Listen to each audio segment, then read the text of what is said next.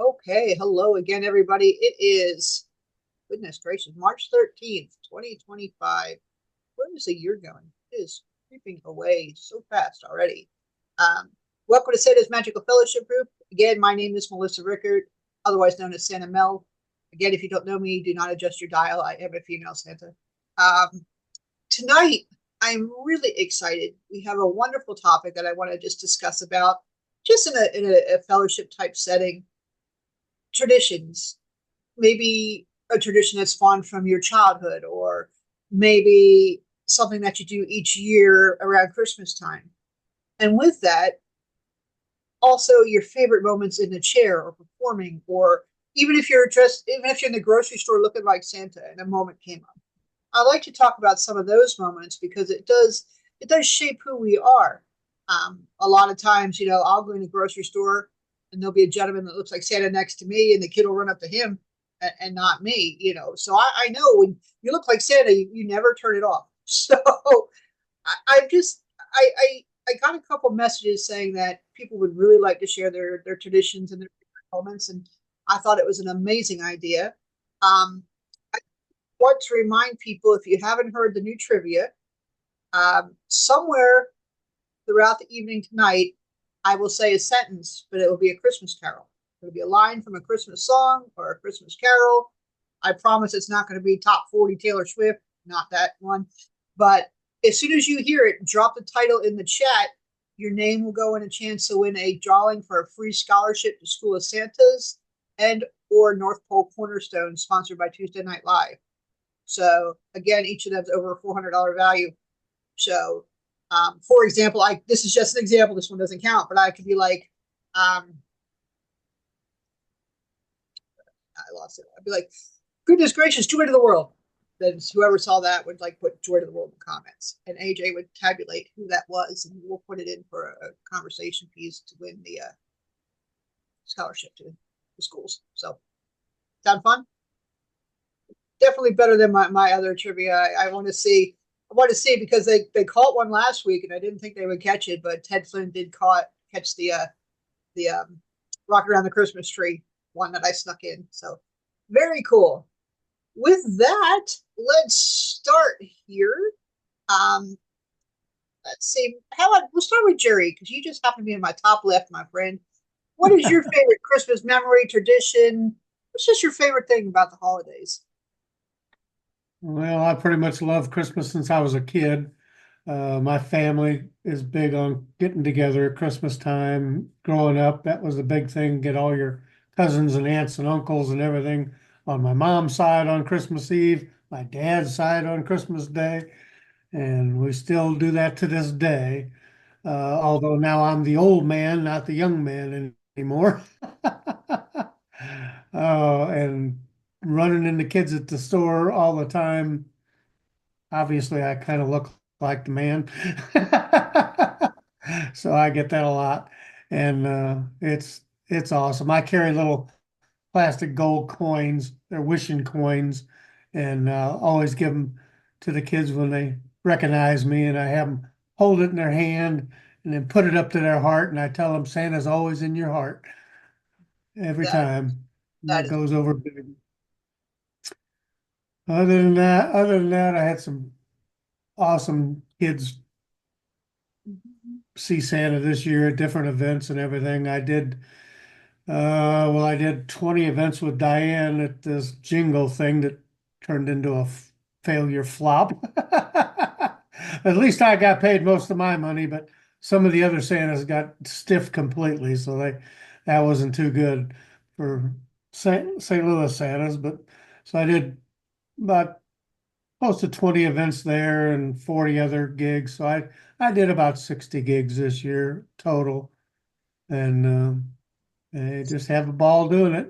that's fantastic. Do you have one visit that stuck out in your mind for this year? No, not this year. Nothing too special.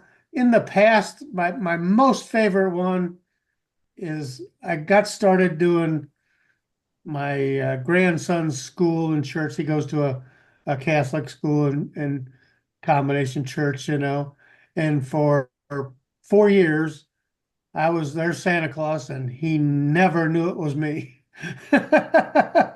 And That, just freaked him out every year that I knew everything about him. Talk about having the inside scoop on the kid. This kid was just like, how does Santa know all this? that's the ultimate intel. That's fantastic. Very cool. I think it's the best when your family and friends never guess it's you. I think that's amazing. Well, for a long time, I had a fake beard and hair and stuff, and of course now I got my own. But even then, I did my great granddaughter and great grandson, who's only a baby. But I dressed up for them this year, and they ne she never even knew it was me. Once you put the suit on, it's like she didn't realize it was me. That is great. Now, how long have you been portraying Santa Claus? Since 2008. Okay, very good. I was driving a special ed school bus for the town here in Winsville. After I sold my business, I was looking for something to do, so I started driving a school bus, and I got into the special ed department. And a couple of years after driving the kids, and with special ed, you drive the early childhood kids too. So I thought, well, the kids would really like to see Santa Claus driving the bus, so I bought a suit and started driving the bus as Santa Claus every year. That And then is fantastic. next thing you know, people were asking me to be their Santa. That definitely a calling, my friend. That is wonderful, wonderful. Thank you so much for sharing that with us. It's amazing. Um, it's always nice to hear what goes on in the background. I'm going to pick on Lance next because he's immediately and he was about to get a drink. You see that?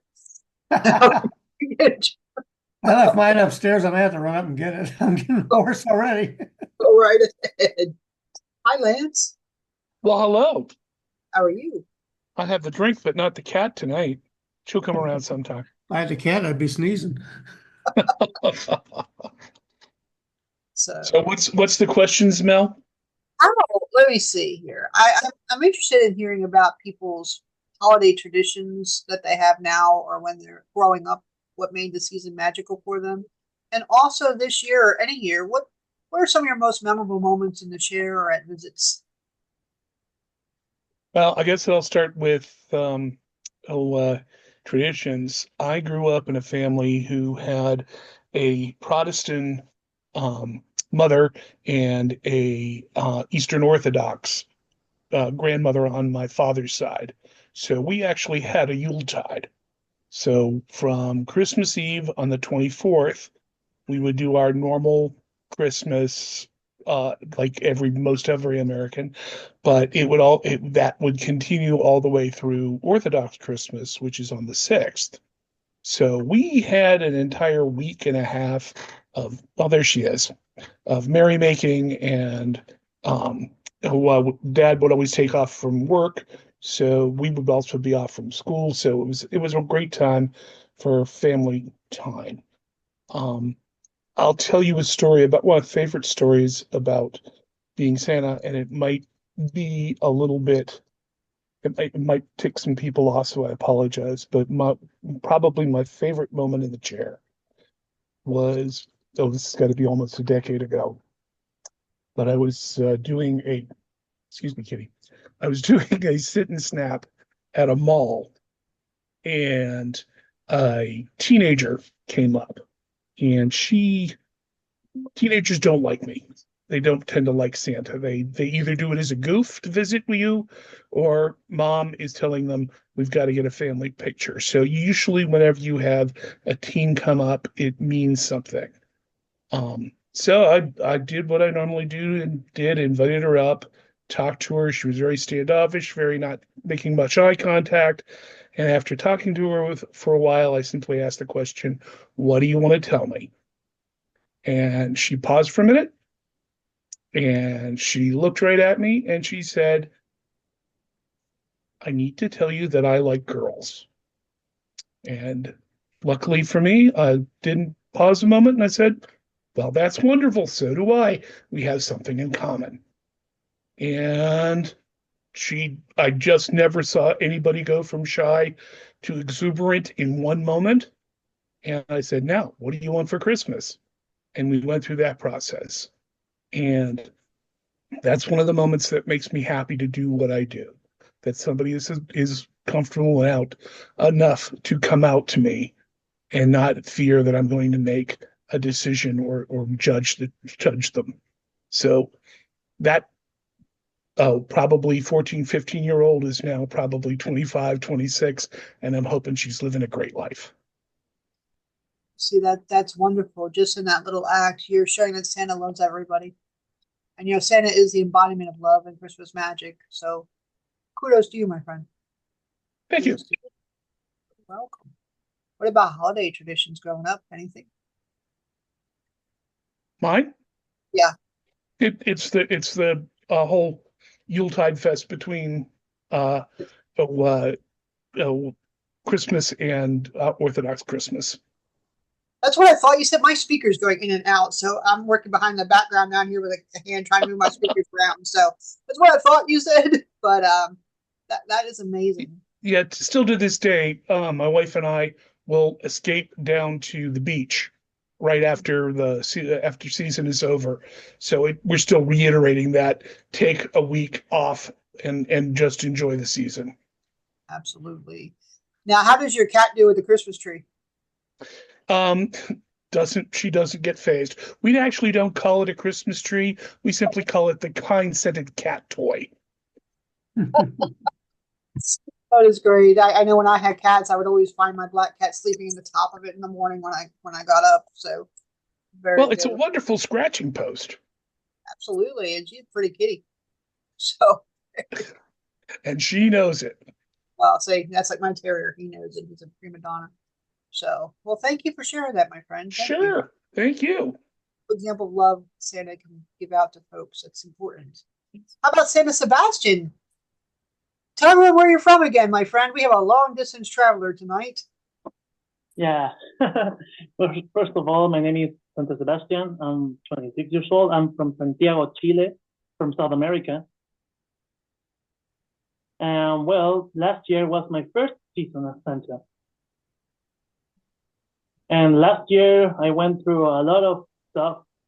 I did a lot of stuff. I did parades, commercials, shopping malls, photographs, Christmas visits, and etc.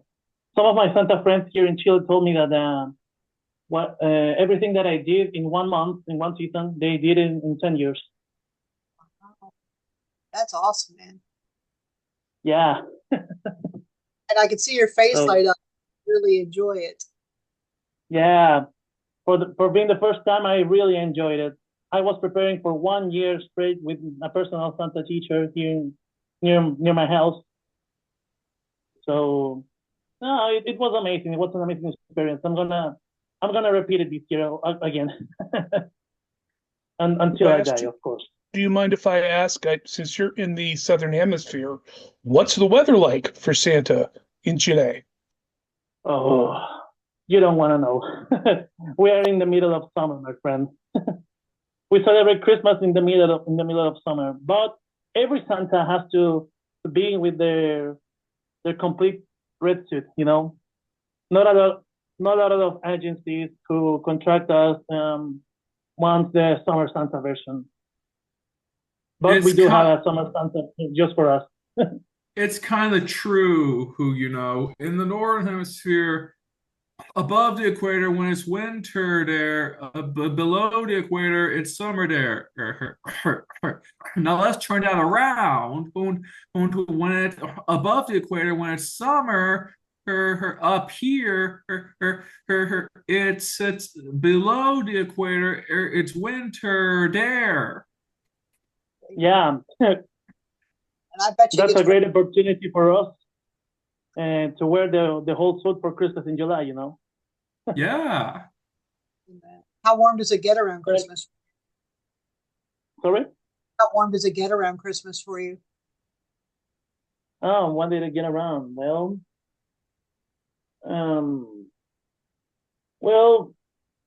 my favorite experience last year maybe was when I did the visit in the Christmas night I did a visit to a whole family near my house. Near my house, really. It was a half an hour visit. I don't know, it very extended, like an hour. I I came back home when it was 1:30 a.m. because we celebrate Christmas at 12 a.m. We do the Christmas gifts over there, Secret Santa and gifts with my family. Um, um, but it was a cool experience. Another cool experience that I had was when I was doing a parade in another part of the city. Um, but for me, it was the biggest experience. The truck when I was over there stopped in a certain place, and I met two families, a family with disabled people. I got down the car, I got off the car, and I went to hug them. And there was another family that lost their house in a fire, in a wildfire. I prayed for them, of course, and I told them that everything is gonna be fine. They asked me for a new house, and I told them if I see what I can do.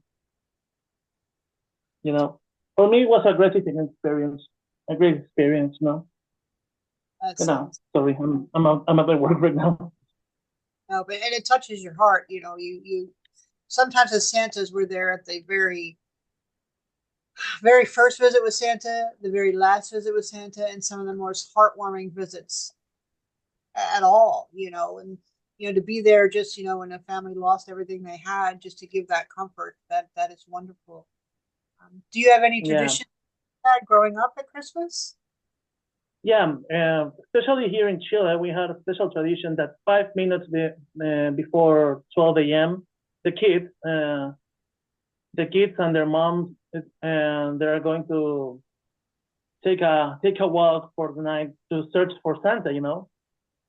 So they're looking for Santa on the street, and it's a beautiful experience. When I was a kid, um, me and my mom and my cousins took me off the street to search for Santa near my house. That's great. Yeah, it's amazing. Well, that's pretty much it. For traditions, actually, we do eat panettone. We do drink a special alcoholic drink that we made at home called colemono, which it's like Bailey's, Okay, that sounds and it's good. Okay, delicious. very nice. And I do the panettone thing Christmas too, which is kind of fun. So Yeah, very, it's too good. it is too good. Yeah, this is body by stuff like panettone. So thank you so much for sharing. That is amazing, amazing. Again, first year Santa. I can't wait to see what happens next year. That you're just upwards from here, my friend. Yeah, thank you so much. You're welcome. Oh, Chris Terry, I just sent you a message. I was waving at your wife like she could see me in the background. Actually, Oh, yeah. thinks I'm Oh, crazy. Hello, my friend. yes. How are you? I am blessed because I'm surrounded by all of you nice folks tonight. Oh, some very, Lori sneak in and Everett and Dana sneak in too. So uh, yeah, I had a great season. Kim and I both, Kim is my Mrs. Claus, for those of you who don't know her, and we had a great season. It was every year it gets better, and I don't know if, you know, I can't remember. We had something like around 50 events or something like that. Or I did. She goes to part of those events, but we had a great time. My favorite event this year was on November 17th, and that was a special needs visit that I did. Actually, Bruce and Kathy Norad, they've done this in the past, and they were unavailable this year, so they put it out there and asked if somebody could cover that, and Kim and I went, and it was from 9 in the morning until 3 in the afternoon at Greenfield Village, which is like a historical village up in here in Michigan. I'm in Michigan, and it was amazing. We saw over 1,000 people in that 6 hours, and the kids, the families were just. I guess it was so different for me because you get kids that are, they're just focused on what they want for Christmas, what they want for Christmas. But these families really had their priorities straight. You know, they were special needs. Some of these children were terminal, um, with cancer or, various diseases, or they might have Down or whatever it might be, or autistic. And I was just touched by how these families cared for each other. I I looked down at one little guy. My wife and I were in two different chairs, and they would spread it out when somebody came with a wheelchair. And they wheeled this little guy up, and I talked to him for a little bit, and I said, "Well, what would you like for Christmas?" And he said, "Well, Santa, my dad's back is hurting, and I would really like for my dad's back to feel better." And his dad pushed him in the wheelchair, and I'm thinking, we've got this little guy sitting in a wheelchair, and what he wants is for his dad to feel better. you know and of course, well, I am sorry, buddy, Santa can't help with that, but I can put him in my prayers. You can always let him know that you can pray for them. um, I had another little boy who came in, and he had colorful glasses. They were just bright, and I commented that, I just love your glasses. And with just an amazing attitude, he pointed at his one eye and he said, "Santa, I'm blind in this eye, and I'm going blind in this eye." And his attitude, everything, he was excited. He was a happy little boy. He understood his circumstances, and he had accepted it, and he was filled with joy.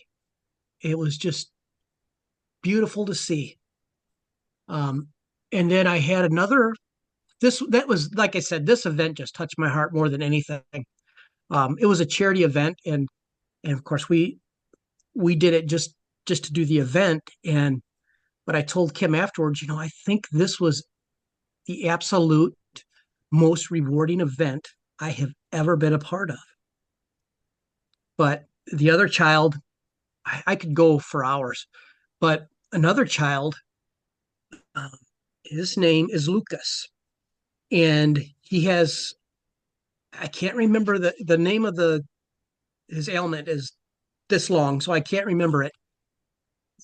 But he is the oldest person with the particular issues that he has. He's 15 or 16 right now.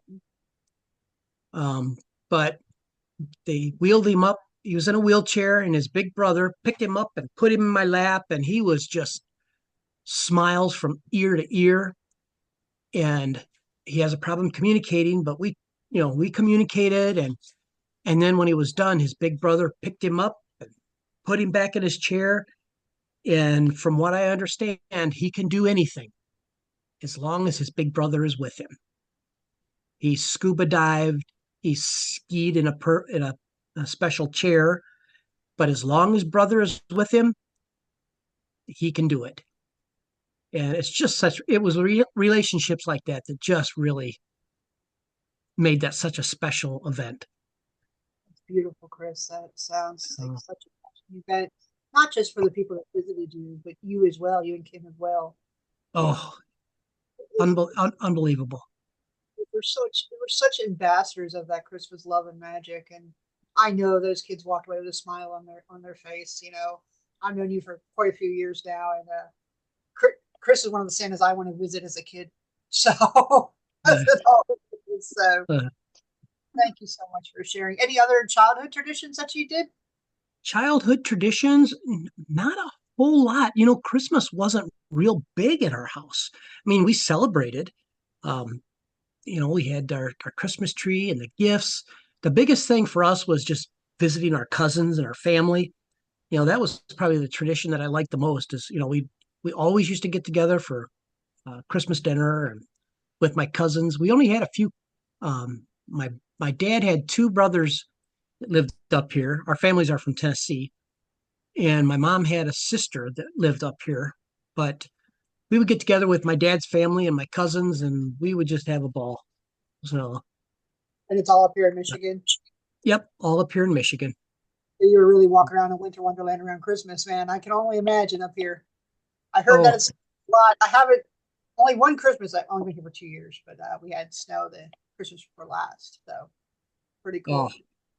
Cool. yeah, it's been great. Thank you so much for Christmas sharing. in Michigan is hard to beat, as far as I'm concerned. Oh, So, loving it. So, but well, I appreciate you, man, and I'm looking forward to your segment later. Everybody oh, that's thank you. we'll have Christmas crossings with Chris, and I love that name. Can't wait to see what he talks about.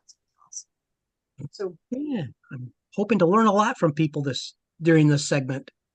I, Well, I I know it's very exciting, and I'm excited for it. And that's why I love when I ramp up the fellowship group meetings. Our first couple meetings are just like getting to know people, and then we slam into some hard hitting topics. So yeah, it's nice that we have a show like yours where we can, see those topics and expand on them. So thank yeah. you, my friend. Thank So, you. welcome, Gary. How are you? Oh, we're great. And how's the weather down there? The weather in East Tennessee is turning stormy tonight sometime, and off and on tomorrow. I think they're predicting straight line winds basically, but maybe some hail, lightning going on. Just be But careful. it's been really nice so far. This week's been nice, up in the 70s. Beautiful. I'm in East Tennessee, by the way. So, Gotcha. And we're going to see you the week after next, right? You're coming to pardon? Santa Family Reunion? Are you coming to Santa Family Reunion? Oh, I'm planning on being there Saturday afternoon to shop. I'm not registered. I didn't register. No worries. You could probably find me lurking with Tuesday Night Live and or with Spangle. Just say Yes, so. I'm planning on being there Saturday afternoon. Meeting and greeting and looking at see what I don't need. My friends used to say meet Jeep. So there you go. Right. Any holiday traditions that you observed growing up? I'm sorry, Like Mel. I'm having trouble hearing you. it could be this camera. I'm having trouble too on my end. I'm sorry.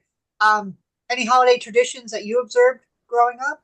No, we always observe Christmas, of course. We got to choose. I believe it was two presents. That's all. We got two, and when we got our choice, and sometimes we got what we wished for. Sometimes, if it wasn't too big, but yeah, we always had our Christmas on Christmas Eve. Uh, Christmas Day was, just for family. Opening presents Christmas morning. That's basically what it was. But yes, we did observe Christmas every single year. Uh, That's special. That's that family feeling. How yeah, about any memories of um, any Santa visits? Anything stick in your head? yeah. But magical time of the year, when you're small, little. But yeah, this is probably like my 10th year as Santa. I got started, my mom, she was in 24/7 care, and I've always had a short beard of some type, and they needed a Santa. And after much arm twisting, and they finally talked me into it, and I liked it. So here I am. And hopefully I've got a few more years that I will be able to keep it up. I don't doubt that, my friend. Don't It doubt is a that. lot of fun. It's really enjoyable. And again, I said this earlier, seeing everyone talk about their seasons and being Santa or Mrs. Claus, your face, I wish you could see it from my end because your face is just light up like a Christmas tree. It's amazing. So Well, it could be these ring lights, maybe. it could be.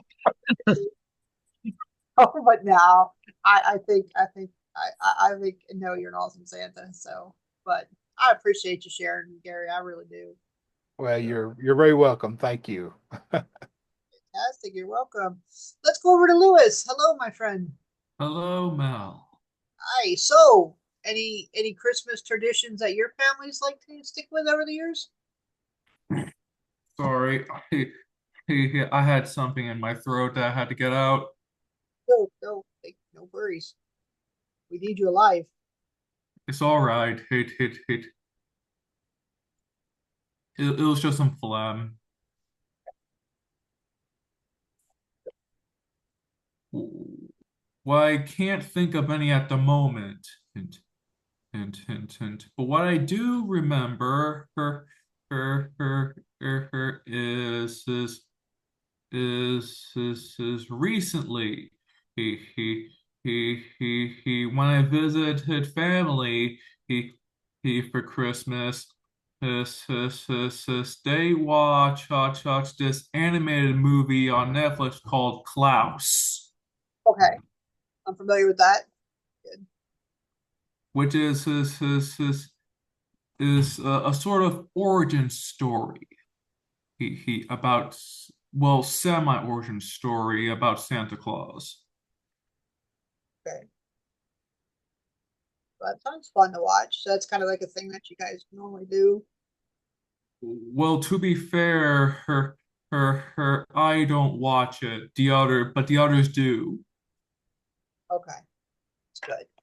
So any fun with Santa visits this year or I visited two of them.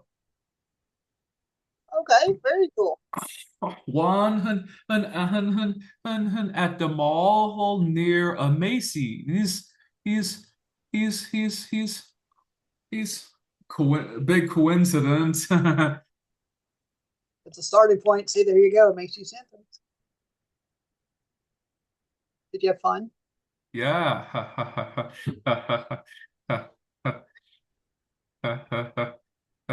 And during during I and during the talk with the Macy's Santa Claus was I mentioned in Krampus. Oh goodness, that had to be interesting. Yes, There's a yes, lot more Krampuses now out there. I don't know. It's a trend I'm seeing. I don't know if anybody else is seeing it, but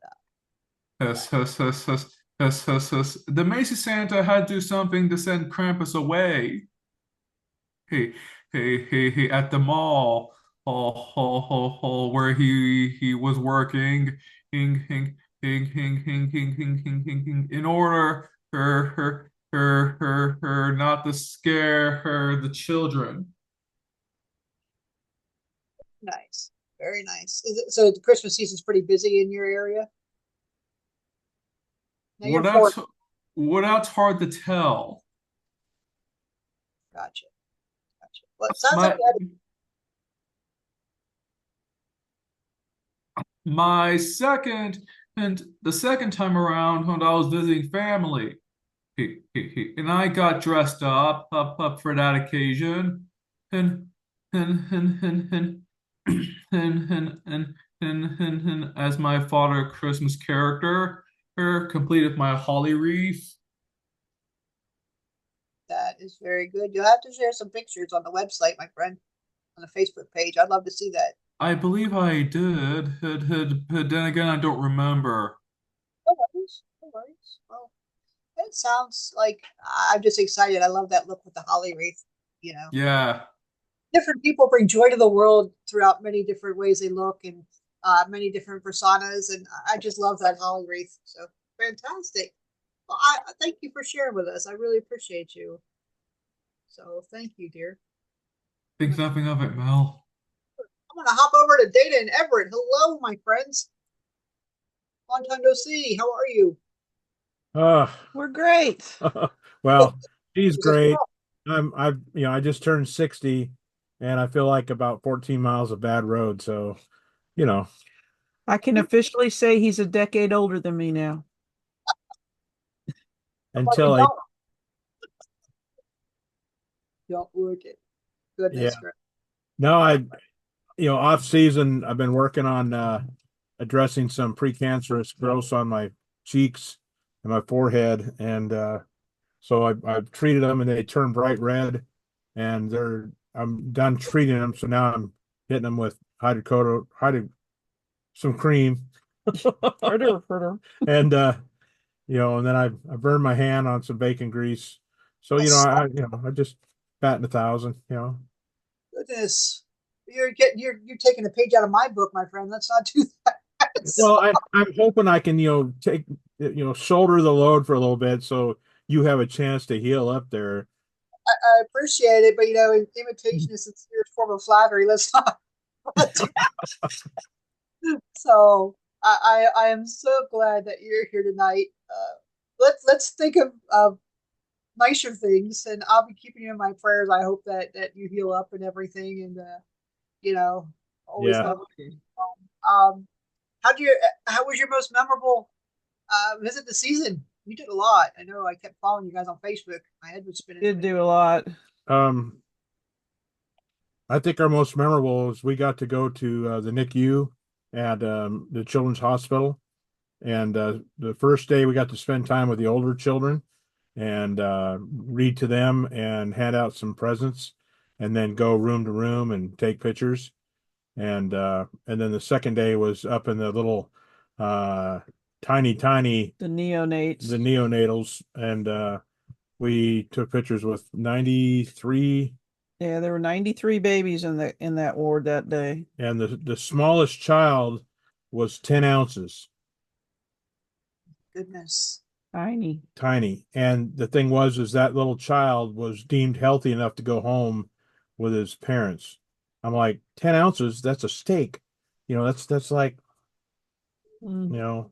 but we got some, pictures with family and interesting thing is when you use hand sanitizer so often, so many times, your hands will start getting gritty.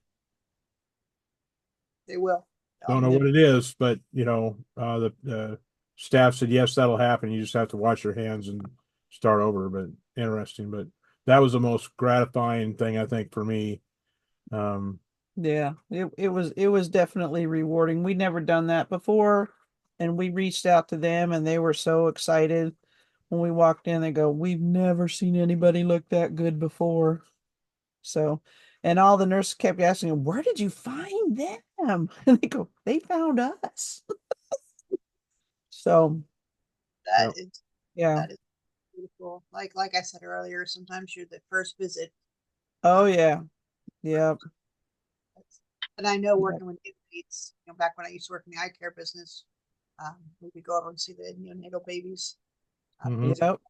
Premature, they have retinopathy of prematurity, so our doctor would go over and take a look at them. So I know how tiny they can get. God bless you. That's amazing.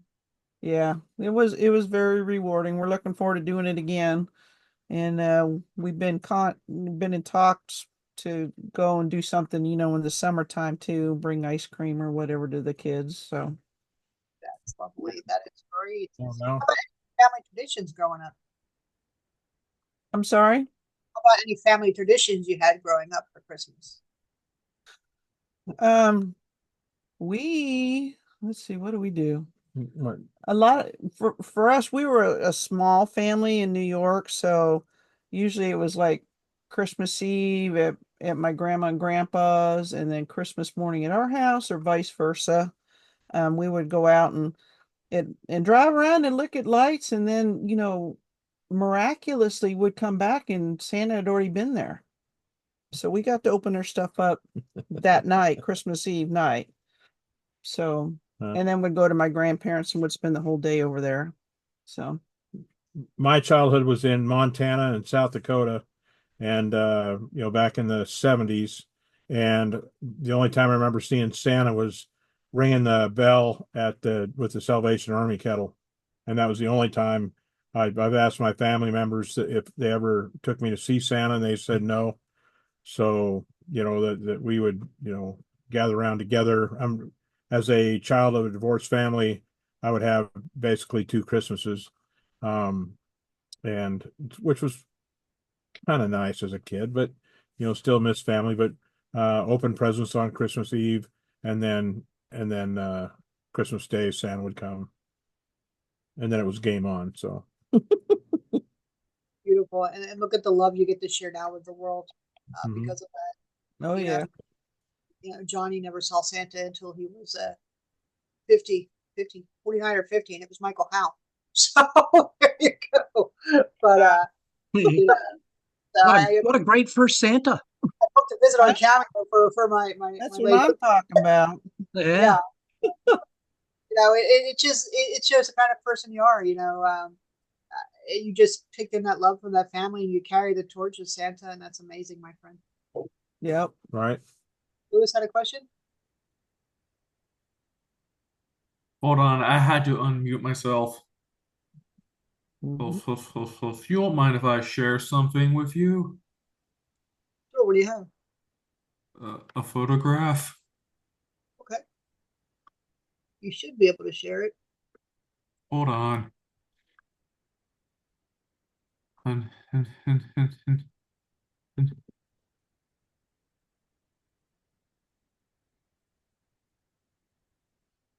It works. There you go. Can everyone see this? I can. Can everybody else see it? I think we're good. Come on. I got it in my photographs. Let's see if I can find it. Oh yes, here it is. Ha ha ha ha ha. Thomas Nast. That's right. Very nice. Thank you for sharing that. That is beautiful. How can you describe it? Oh, it's just amazing. I collect that type of art, so I love it. Very It's nice. it's also satirical. Well, yeah, it was a satirist, so or satirist. I don't know if I can say it. Oh, But the heads it's of the giants. It's in the pantomime scene at the bottom. Are in fact the heads it's of the leaders of the South yep, of the time. yep, very. I see that. Yeah, that is fantastic. It looks like it's depicting Abraham Lincoln. So, um, well, thank you for sharing that. I appreciate that. It's a beautiful painting of the Santa in the middle. So, thank you, my friend. Think nothing of it, mate. Appreciate it. Appreciate it. Hold Thank you. on, how do you? I got to who? Ah, here it is. There you go.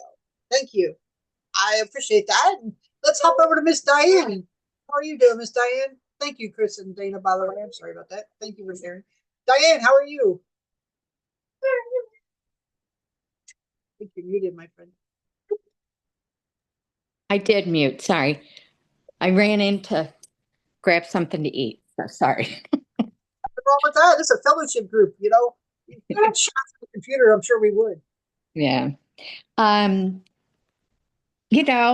We had a big family. There were six of us. So, Christmases were always fun. And, we always opened gifts from siblings on Christmas Eve, and then Santa would come overnight. And then we'd have a big Christmas. So, and it's just changed throughout the years, but those are fond memories and, you know, just everybody being together. And so, yeah, but it's pretty much about it. It's different now. We never know what we're doing because of siblings in town, out of town. If my children are in town, and, so it just, you never know what we're going to do every year, but it's always fun.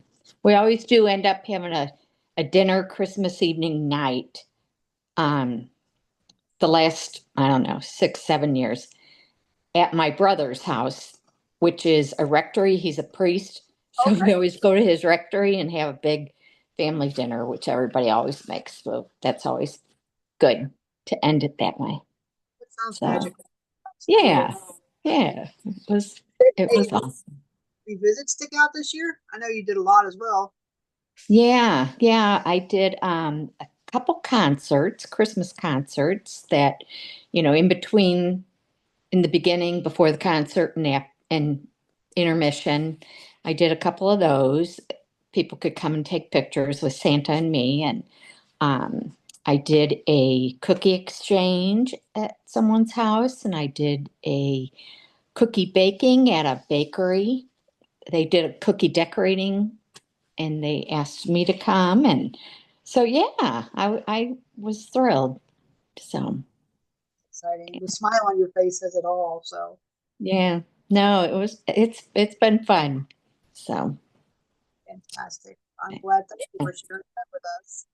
So I just love hearing everybody's, what they did when they were younger. And everyone's like, oh, we just had Christmas. No, no, your face says it all, how important and special it is. So oh that's yeah, so thank you, dear. Good seeing you. uh-huh.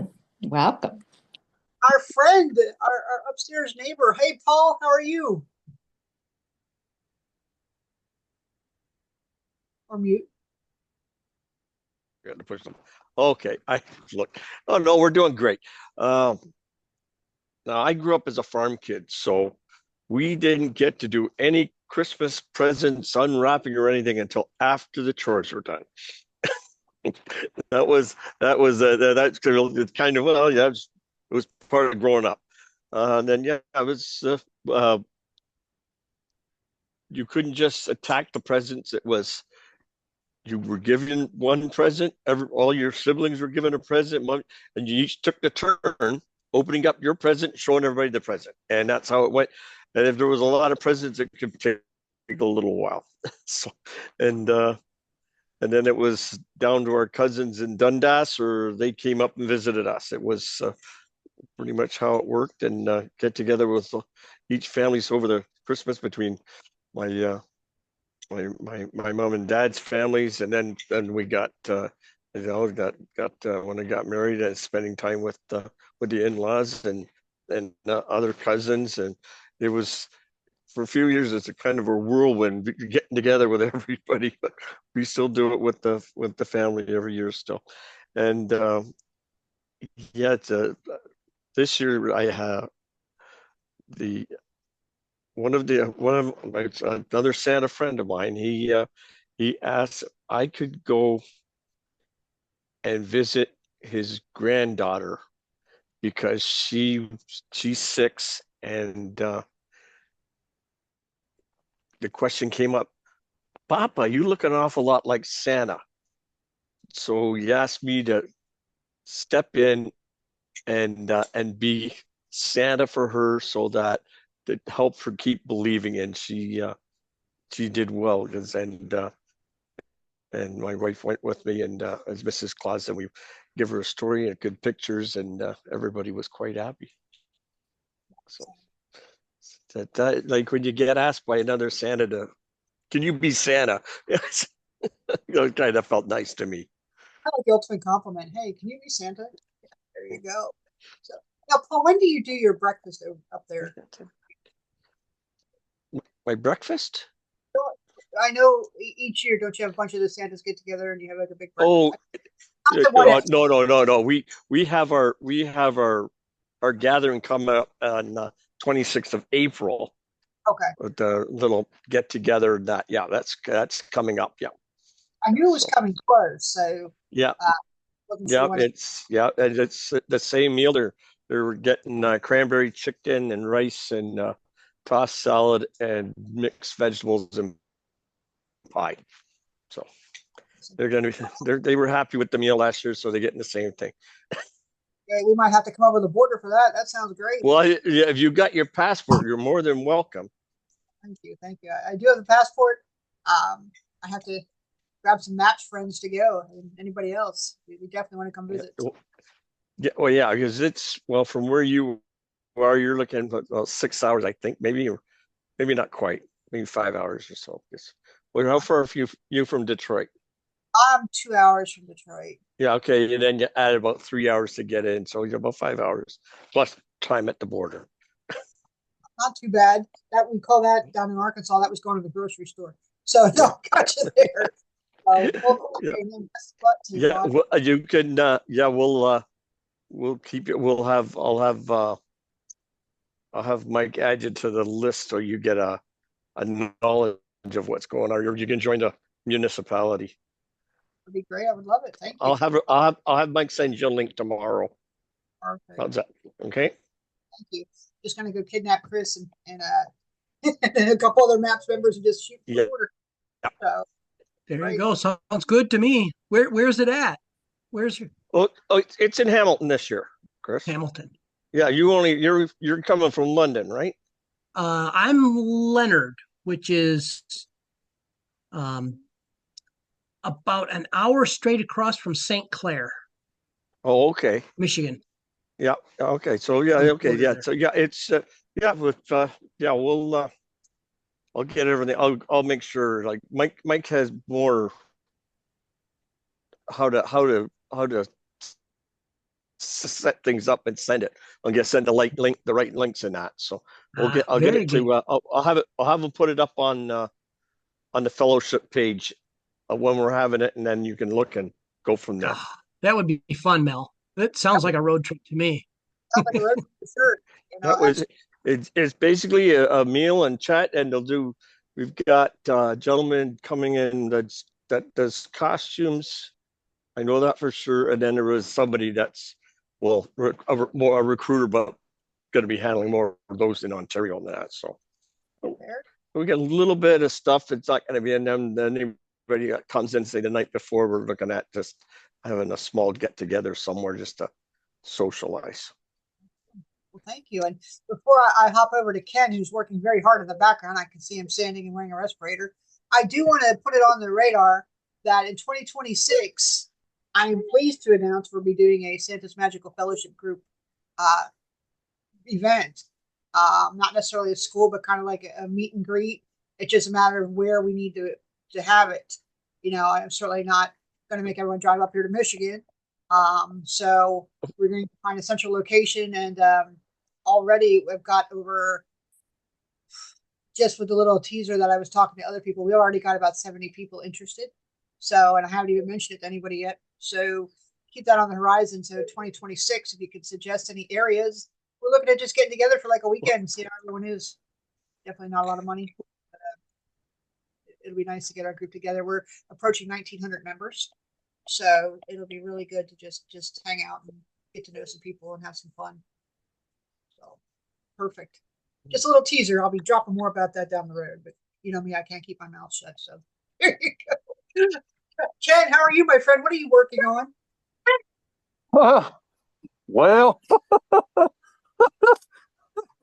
I over the holidays, I had to move into my camper. My hot water heater, which was inside the wall, unbeknownst to me, was leaking about 2 gallons of water a day. And so it got into the subfloor, went underneath the shower pan. And so it went a long way before I found out that I had a problem. So I'm about $40,000 into my renovation. And so in order to save money, I'm doing the cabinets myself. And it's been a learning experience. And so I got everything, some of them painted up and all that. It's going to rain this weekend. I'm going to Chicago next week. And then we got the family reunion in Gatlinburg. And my trees are starting to bud out at the orchard. So I need to get this behind me. So I was trying to find a shortcut. And so I was watching some YouTube videos on, urethane and then shellac and all that. So I started shellacking over this. And I really messed it up bad. And so I'm going back to square one. I've come up with a new plan. So my first part of the year has been off the rails. So I'm still in my. By the time we go to Gatlinburg, I'll probably still be in the RV. Well, at least you know you can take a mistake and turn into a happy accident. You know, just you learn a new skill from it. There you go. So I'm out here. I'm out here working on a sanding down a cabinet so I can spray it tomorrow. And I said, "Oh, I bet the Magical Fellowship group's on. Let me just put them in the background and see what they're doing." And lo and behold, here you are. You got me on here. You know, I am never going to miss up a chance, and I'm looking forward to seeing you in Gatlinburg. So, just talking real briefly. So I got a great idea for a Santa gathering. Everybody brings sandpaper, paint, and paintbrushes. Come on down to the farm, and we'll have a picnic and well work on cabinets in the meantime. As an aside, and they're and I make. I don't know if you can see them. I can't tell what y'all are seeing on the phone here, but they are going to be green. Pretty, yeah. So, yeah, I'm having a Christmas thing going on. Very nice. Oh, look, honey, there's Dana and Everett. And I don't know if you can see out the background. There's my old kitchen out there in the yard. We missed you guys last weekend. I feel like I'm on Magnolia Network. Maybe I had to pick a different tree than a magnolia, though. I'm on the Christmas Tree Home Improvement Network. It is not going well. Ken, we missed you last weekend. Up at Northern Lights. Did you hear us? Ken, can you hear us? Yes. Yeah, we missed you last weekend.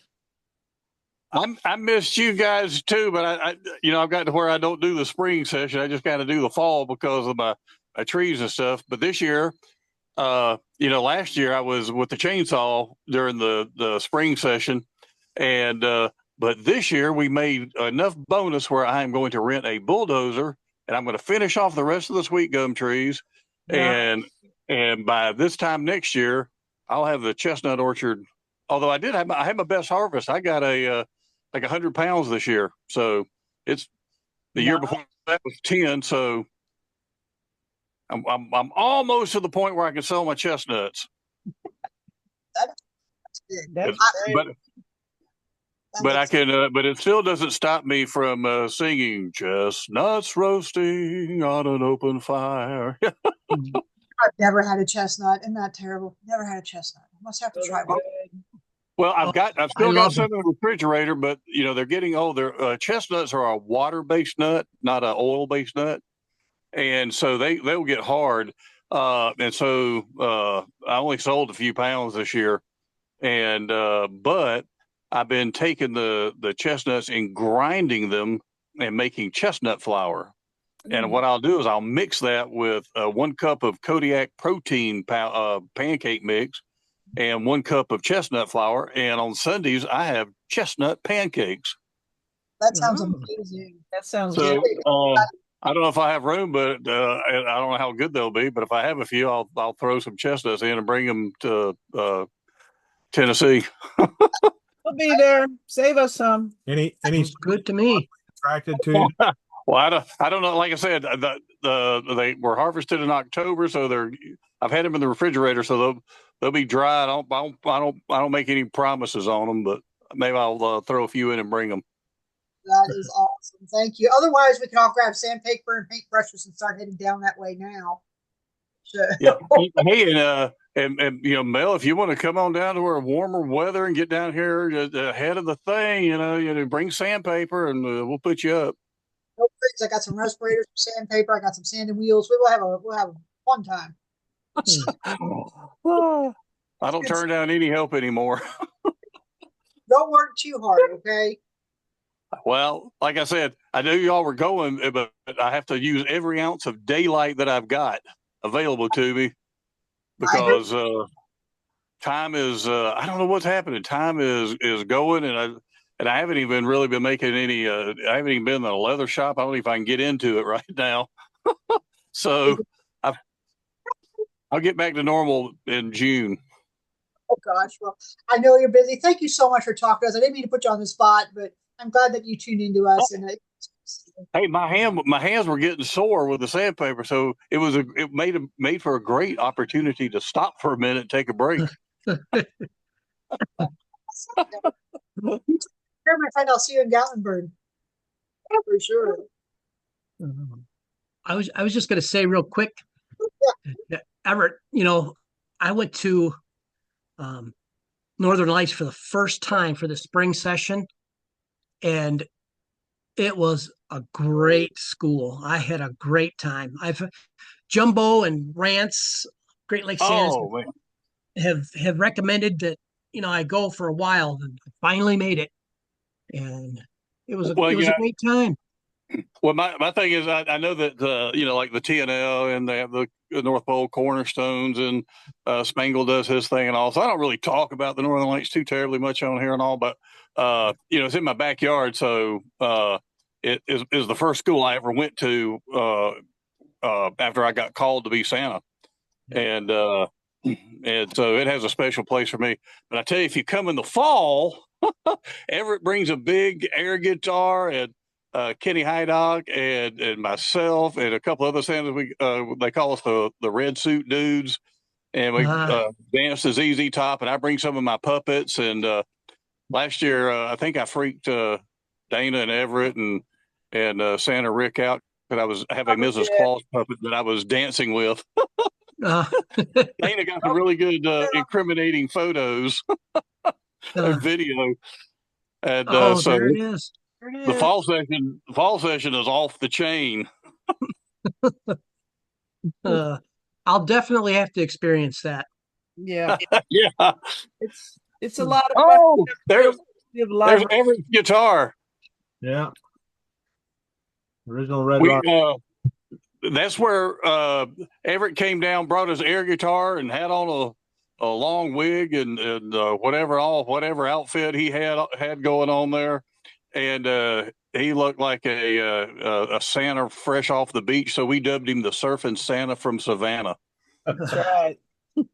Well, I saw a video. Well, I saw a video with some of the Santas doing like a little ballet, and oh yeah, it was crazy with Jumbo and some of those guys. It looked. I knew then that was a fun place to be. I will give I will give you a clue. I was not in the ballet.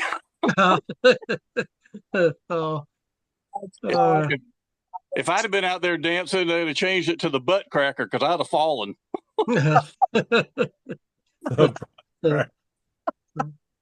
I've got to see that. Thank you, my friend. Good luck with your cabinets and everything. Wish you the best. So, all right. AJ, I'm stepping into Chris's time here. Sorry about that. AJ, how was your season? Any traditions that you had in the past?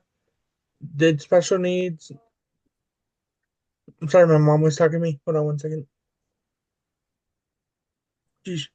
Sorry. My mom was talking. I had a good season. I had a special event with special needs kids. Can you guys hear me? Yeah. Okay. I wasn't sure. So I had a special needs event with special autistic people. I had a blast doing that, and I'm doing it this year. And some Christmas memories. We did celebrate Christmas Eve at my grandpa's, and then Christmas morning, Christmas night, we spend time with my grandparents. That sounds fun. Oh, sorry, my dog's even excited by grandparents. So, there's kisses. Go away. Big 90-pound baby here. So fantastic, man. I'm glad that you had that visit with the special needs kids. I know that was wonderful. For those of you who have not seen AJ Santa look, it's absolutely wonderful. So I actually got the picture put on. There you go. I got a person at School of Santa, so it was way cool. So, well, thank you so much for sharing. Real quick, let me see. Charlie, are you able to talk? I know sometimes you're working or listening. Okay. Well, I'll catch Charlie next time.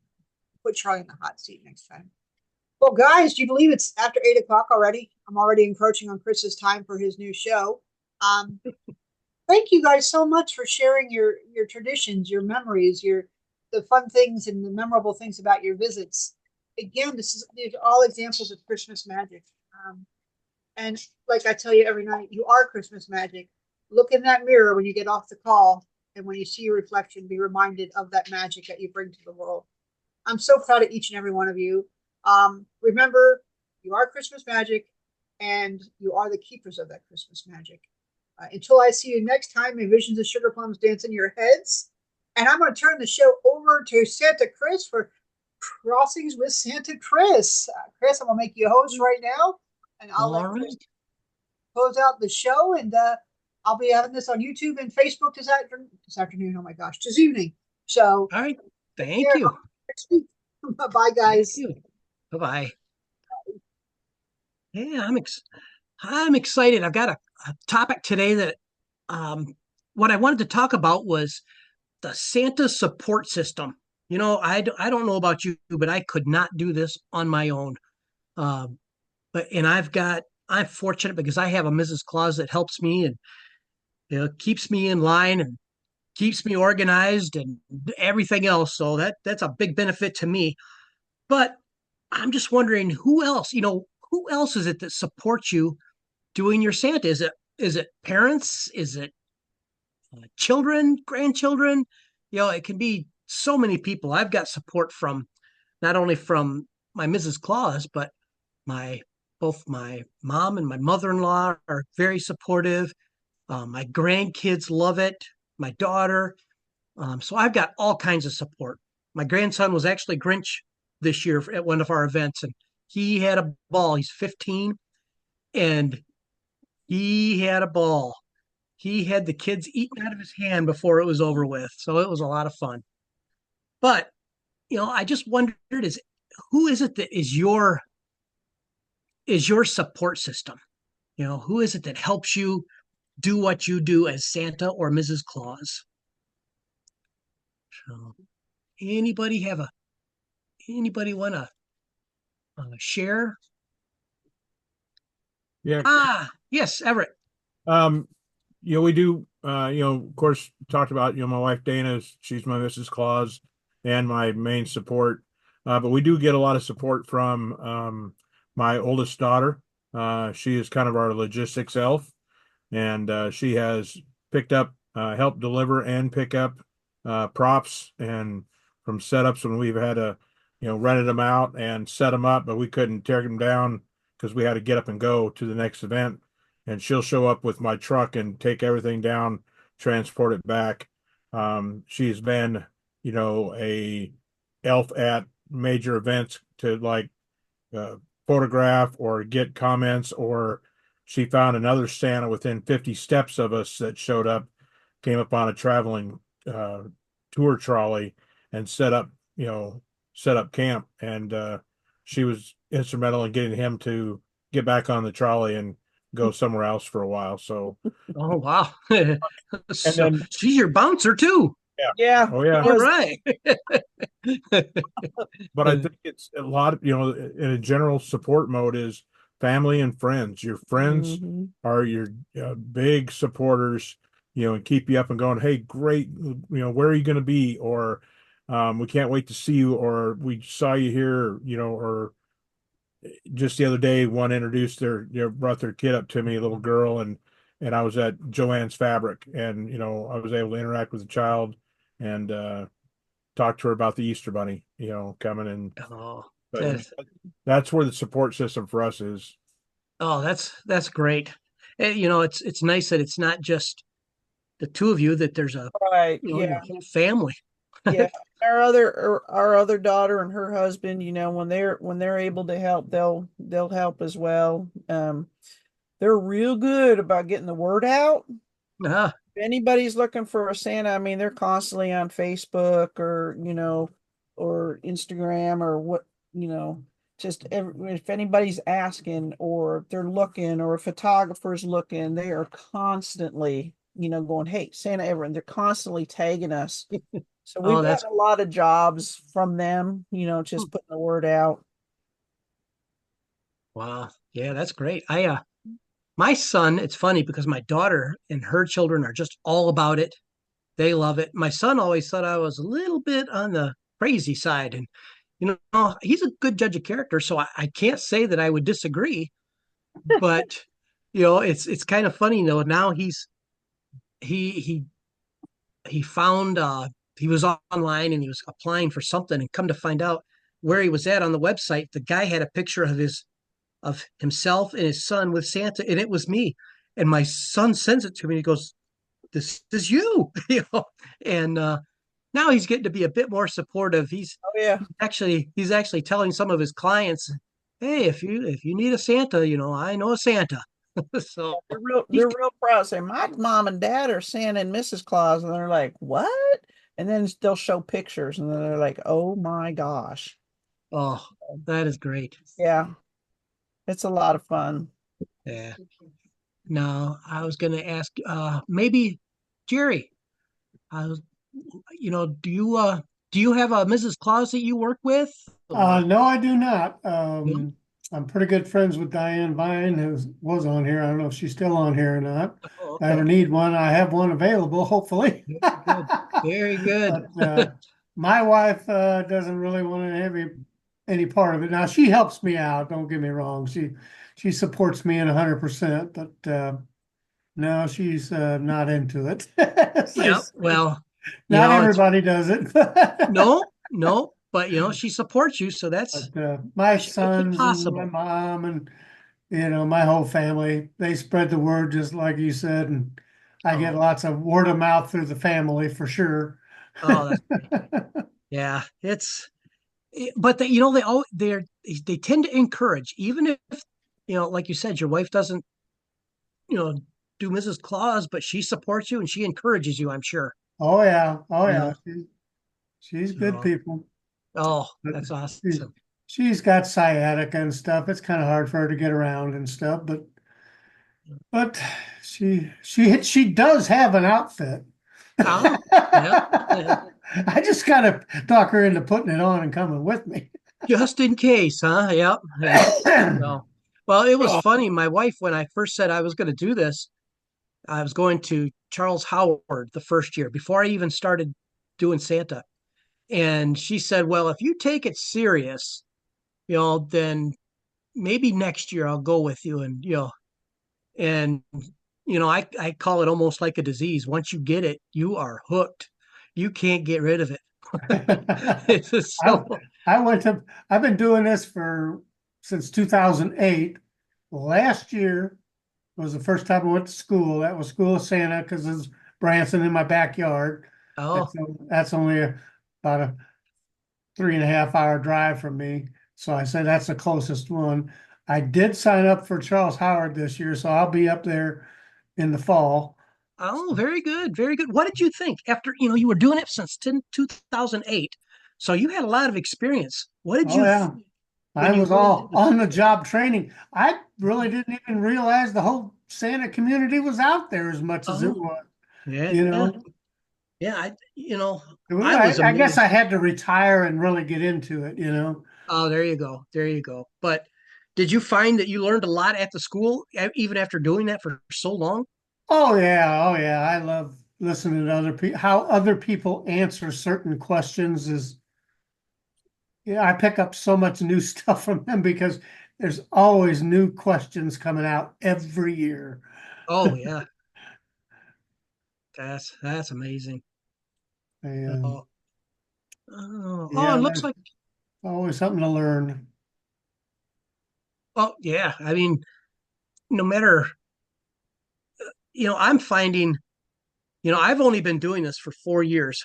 I still consider myself a newbie with all Well, the I do too. experience, I don't. you know, all the Santas that are out there. And, you know, I'm so amazed at how they interact, and I'm trying to learn something from all of them, you know. But yeah, there's so many people, you know, that share just one little thing. If you pick up just one little thing, it can change your, you know, whole, you know, performance. You Yeah. know, it's pretty And amazing. how much I've learned about having to have your backstory and all that stuff, it's stuff that I never even thought about. I just always off the cuff every question, And now Yeah. it's like, now I've sat down and made my own backstory. So I've got them. I know the dates. I know the names. It's like, so I say them over and over and over. So these questions come up. It's funny when I first went to the school and somebody said backstory, I'm thinking, I didn't even know what they meant by backstory. Exactly. Well, yeah, so it's like not only did I not have one, I didn't know what it was. So, but since then, like, well, that just makes sense. That way, you're so consistent with your answers. If you see a child 2, 3, 4 years in a row, you know, you can be consistent with your answers. Yeah. They're smart little boogers. I mean, they'll try to figure out some way to trap you. So, how about you, Ken? What are you a lone Santa or do you?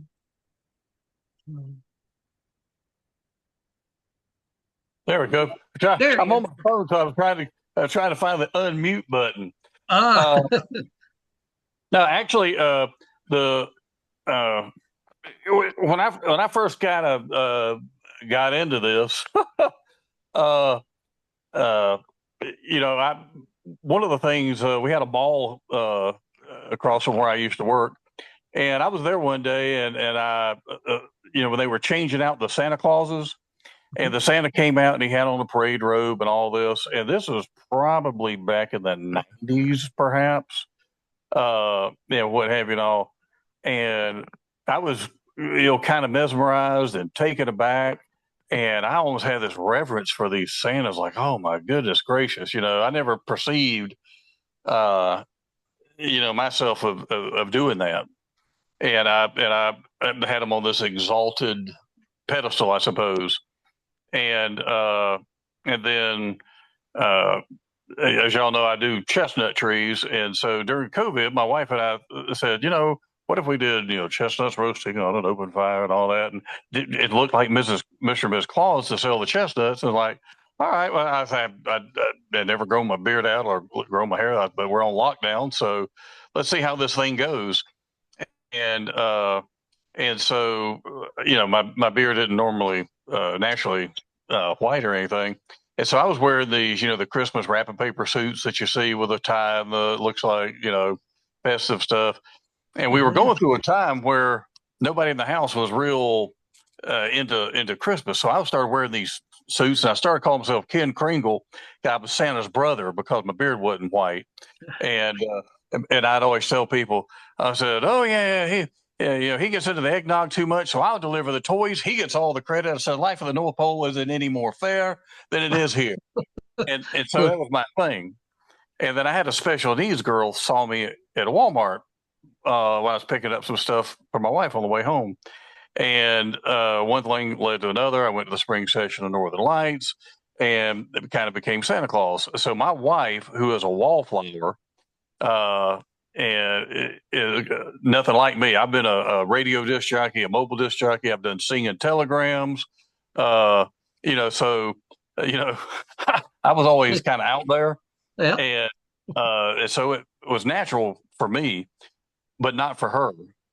But after I went to the Northern Lights and I came home, and it took me probably 4 weeks to decompress from my first Santa school.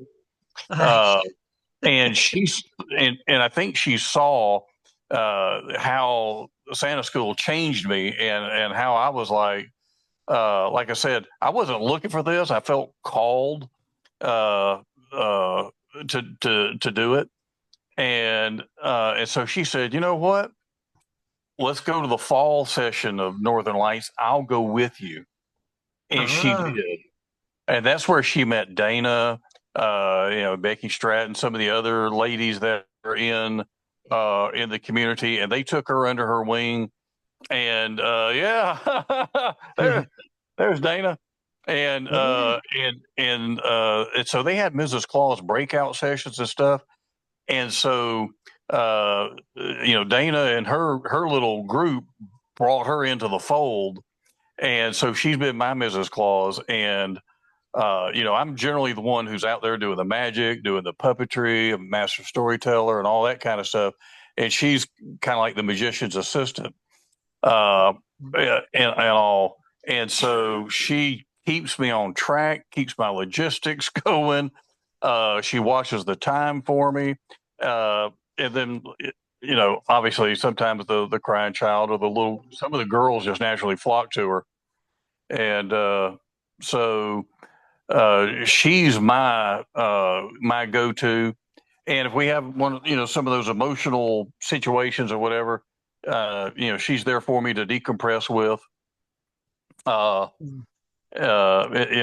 so she's my Mrs. Claus is my rock. There you go. That's Other awesome. than that, I'm more of a lone wolf kind of guy. But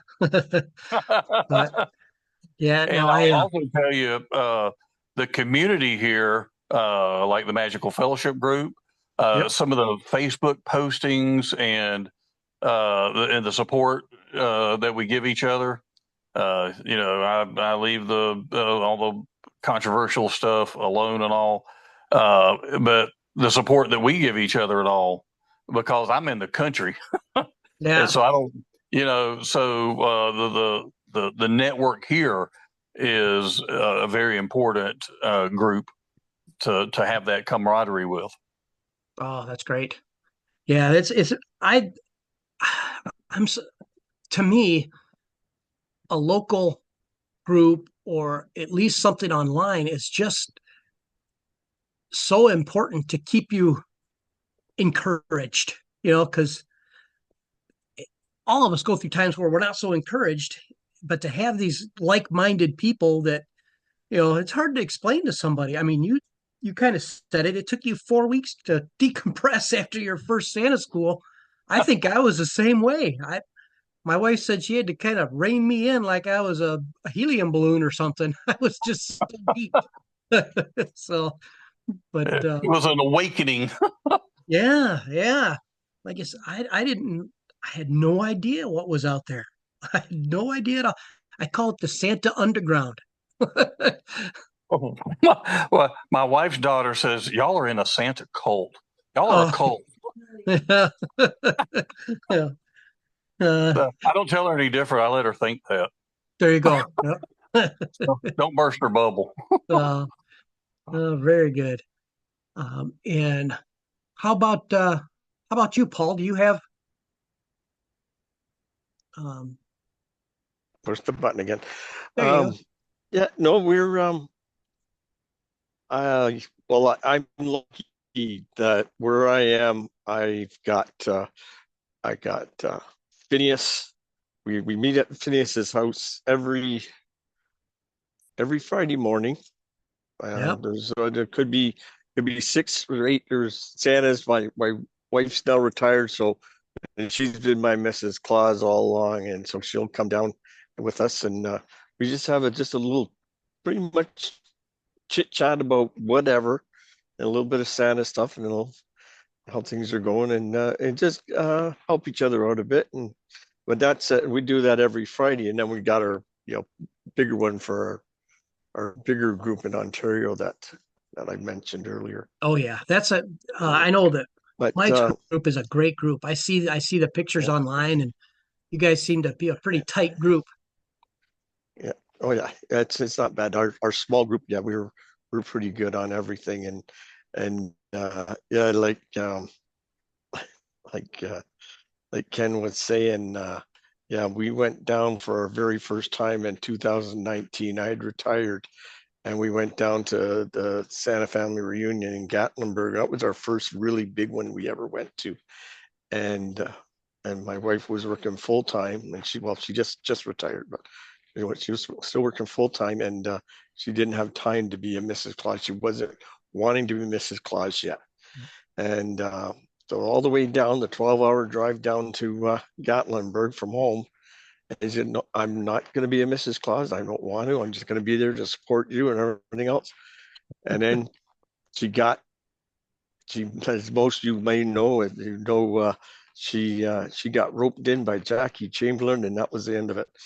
Yep, there you go. Hook, line, sinker. Yeah. Yeah. Yeah, it happens. Yeah.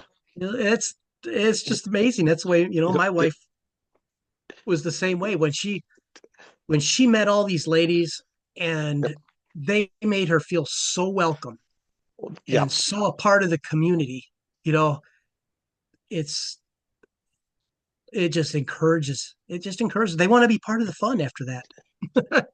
that's it. That's how that's my wife enjoyed it, and we've been to a number of schools. We've been down to we've been to three Santa Ana schools.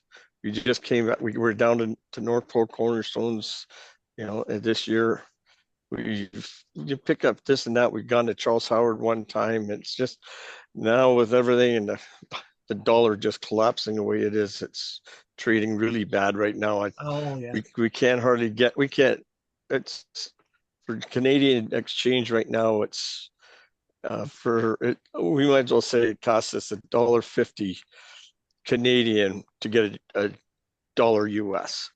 Wow. So it's yeah. So And that really raises the cost of yeah, it does. school. Yeah. Yeah. Yeah. I have not yet been to Cornerstones. I am really looking forward to it. I want to do that. That's on my wish list. I'm going to make SOS this year, School of Santas in Branson with Spangle. So I'm really excited about that. So the big thing about North Pole is it's very you don't sit and learn something like in a lot of schools you might have been to where they just talk to you and explain things. No, you're expected to participate when we'll break into small round tables and we'll talk and it'll be like okay, and basically they're going to ask questions of Santa, but no, those questions are coming. Everybody falls into a persona of a 5-6 year old kid. Oh wow. And they're throwing questions and it's like lightning fast. That's what I got. Lightning fast, and you're kind of they want answers right now, and you got to come up with those answers in stories. So Oh wow. It was a lot of fun, and you still learn a lot. It was a worthwhile school to go to. Oh, very good, very good. But your wife now is very supportive, though. I mean, she was supportive before, yeah, because she was going with you down there. She just wasn't going to do it until they just hooked her. Yeah, that's right. And then, but she didn't get involved as much. A few things because she still works. She can devote her time, but now she's getting more into the look of the Mrs. Claus she wants to be, and spend more time. We're going to start. I've been doing the mall Santa thing, so we're looking at maybe sliding away from that somewhat and doing other because I turned so many jobs over to other people because of the fact that I was sitting in the mall chair. Yeah. So. Wow. All right. Now, I was going to say, who else? Does anybody have? Does anybody? Or is anybody like a lone? Like I say, a lone wolf? Anybody out there that pretty much does it all on their own? Yeah. Luis, you're doing on your own. Yes. So now, for you doing it on your own, what keeps you motivated to continue doing it? What drives you to do it? For starters, all of you. Yeah, that's being a part of the community makes a big difference. Oh, very good. And I also watch videos on YouTube, hoop to boost my I won't say morale, but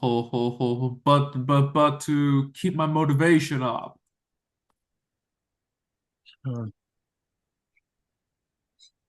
Yeah, just to keep you plugging and chugging away. Yep. So, anyone else? I see Charlie. I don't know if you're on the road, Charlie. Yeah, can you hear me? I can hear you. Okay. Yeah, I had All to turn the interior light on so you can see me and not just a big black screen. Ah, where are you on the road to today? Oh, I'm headed back home. I was at an open mic. Ah, all right. Well, Then, I was just going to then find I, out who. then I did Mitch. Then I did Mitch Allen's State of the Season before that. So busy Oh, night. yeah. Yeah. Now I was just going to ask, who do you have a support system that helps you? Well, I bounce a lot of stuff off. Mike and Herbie and Bruce and the people in maps. Yep. I do some lone stuff. My two big things are I work on the lead Santa on the Santa train, and I work at a botanical gardens as their Santa on their public nights. Ah, But everything else is like one off that are recurring year after year. There's like 6 or 7 of them that I do every year. so you get a lot of variety then. Yeah, I do tree lighting, the Santa train, some pet sittings, I did a dentist office visit last year. Got a picture in the dentist chair with the dentist in my Santa Oh, outfit. So I well, thought that was cool. yeah, that would be a fun one. Yeah, but yeah, other than that, and I do a ski resort on December 24th that night, Christmas Eve. Oh, wow. Yeah. So, but you, like a lot of people, you use our network of friends. Oh yeah, yeah, Yeah. all the time. I mean, I get a lot of requests for gigs that I can't do, like because they're on weekends when I'm working the train. So I end up posting that into the Maps gig page, so I can find a Santa for them. Ah, yeah. That's my big thing. If I can't be a Santa for somebody, I'll ask them, "Do you need help finding one?" And I'll say, "Send me all the information, and I'll post it for you." And most of them get filled. Oh, very good. Yeah. So you just help within the community, Yeah. you know. Well, we like our motto is we're better together. Yeah, that's right. And I do know that there probably isn't a harder worker than Charlie. I always said, if I'm in an event, Charlie is there. He is helping in some way. Doesn't matter what it is, whether it's I'm a service oriented person. I yeah, like keeping busy and helping out. That's just me. That's the way I was raised. yep. And it shows. It's a wonderful thing. So, uh, but yeah, anyone? How about I was also wondering.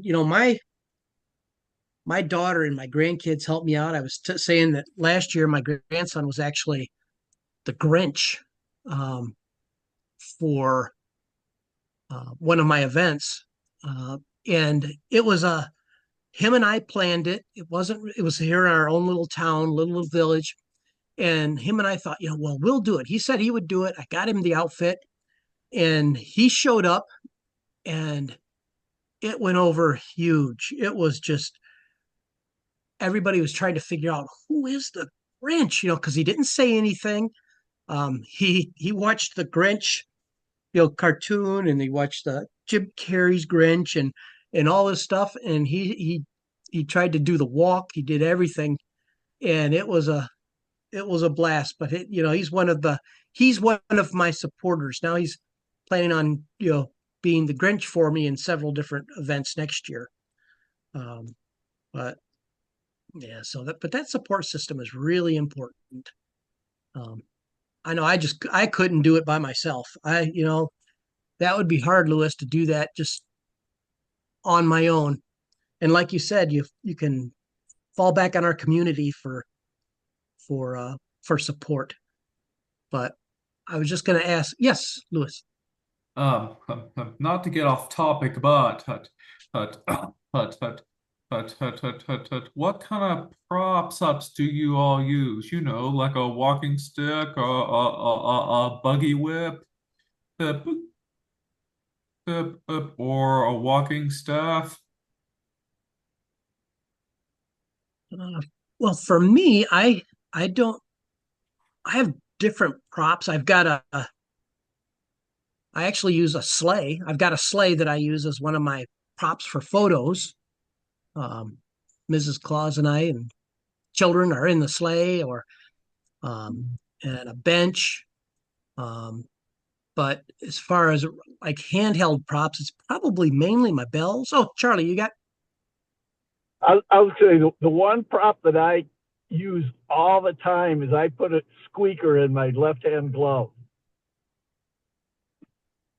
You know, the all you do is press it, and the little kids love that. When I'll touch their nose and hit the squeaker. It works better than a D light does. Yeah. Oh, really? But it gets their attention, especially for like photos and stuff. I always have that in my glove. It's there, it's out of the way, and I haven't used the squeakers, but I've used the D lights.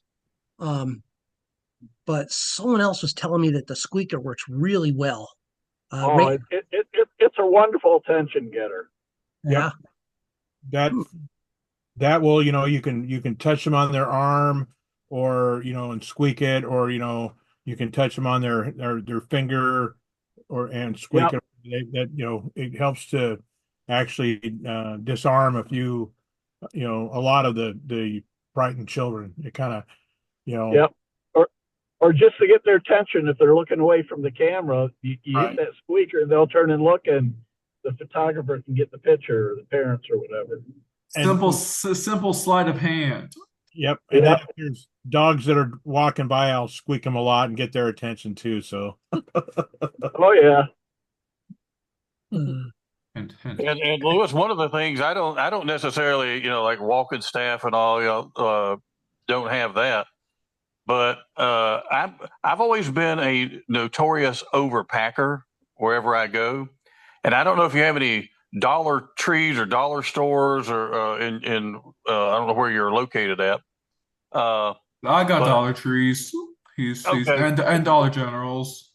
All right. Well, at the like the Dollar Tree and all, around Christmas time, they have these square pop up little carriers that work.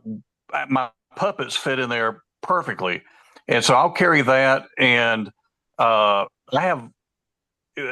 wife always says, "You don't ever have time to do all of this stuff that you're taking."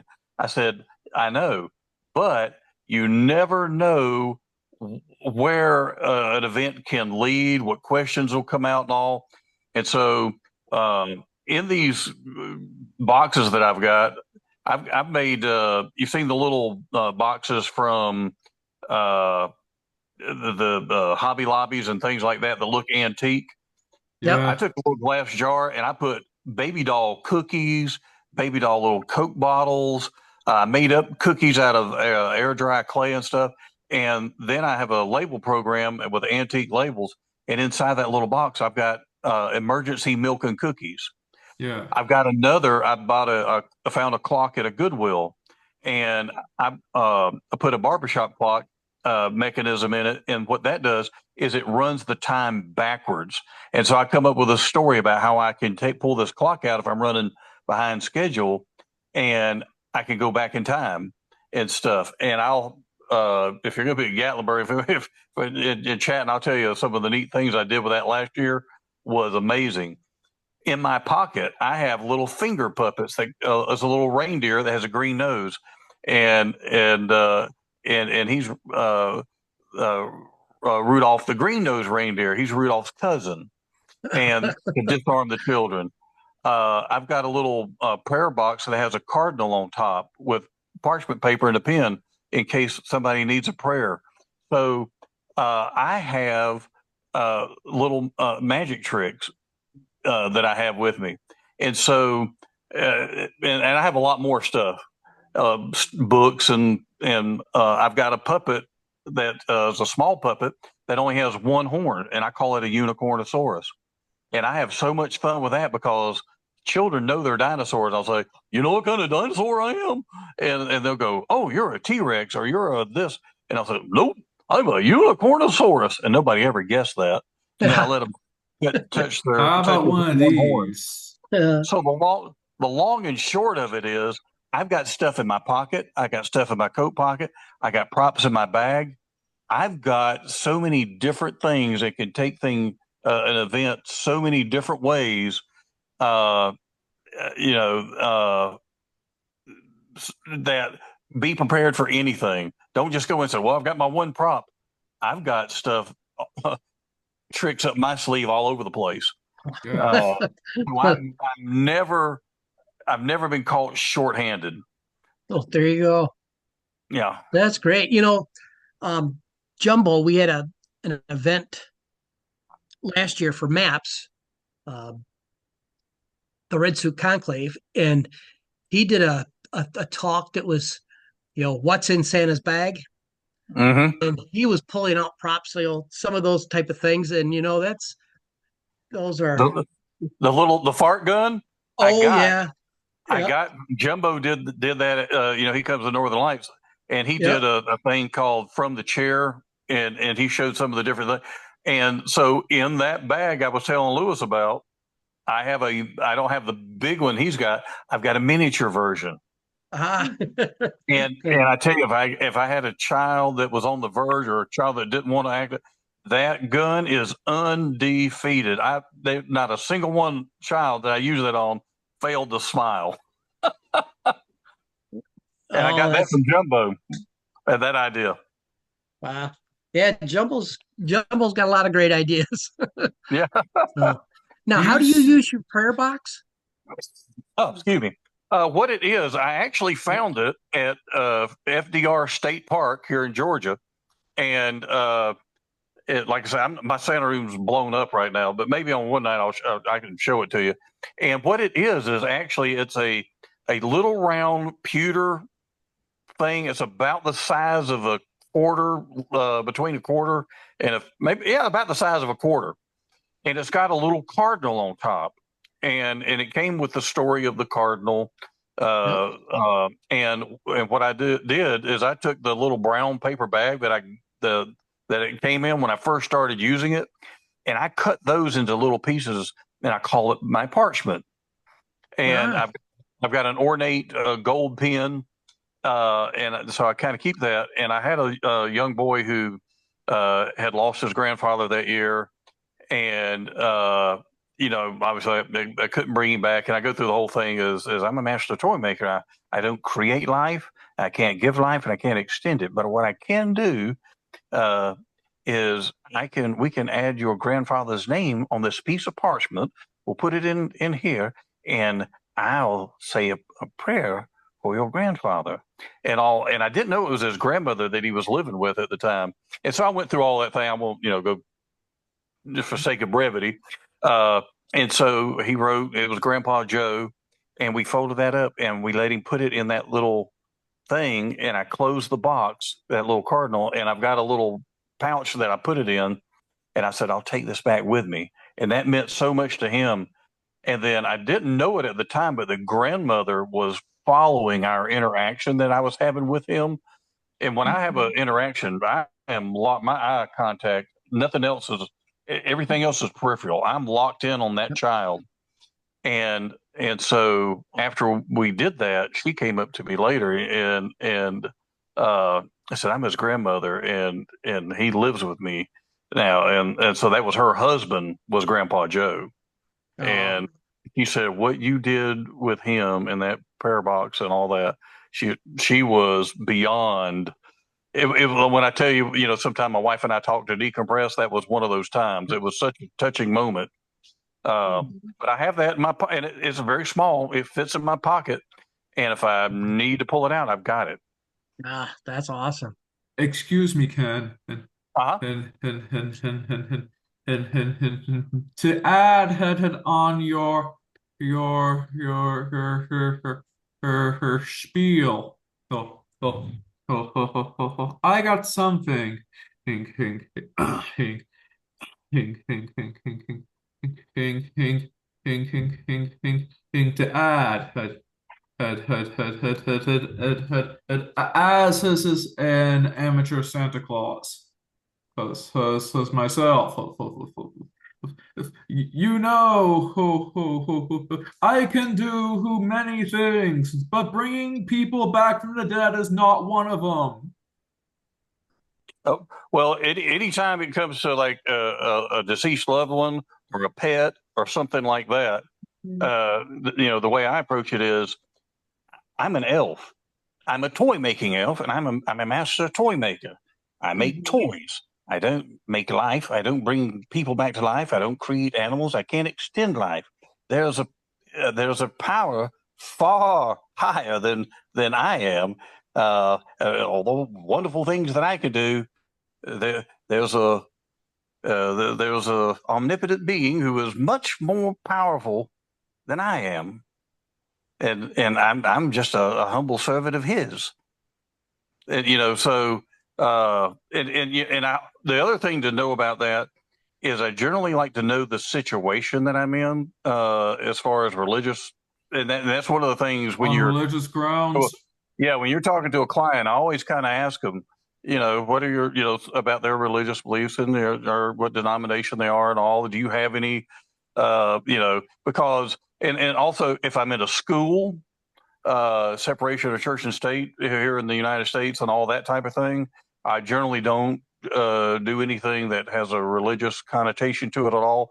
So you also, if you're going to do that and add it to your repertoire, you kind of know your audience, know where you're at, and whether that would be acceptable or not. And sometimes if I am with a child, I'll kind of look up to the parent and I said, I have a little prayer box.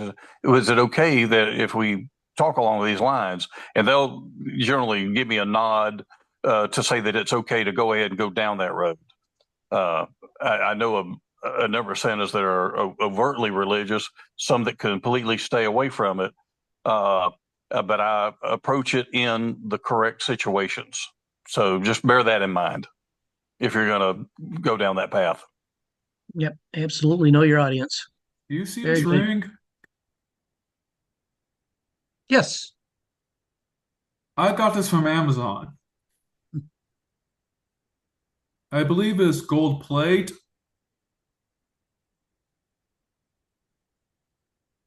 Oh yeah.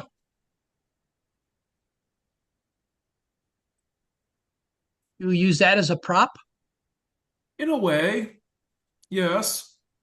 That's, that's. Oh, pardon my stutter.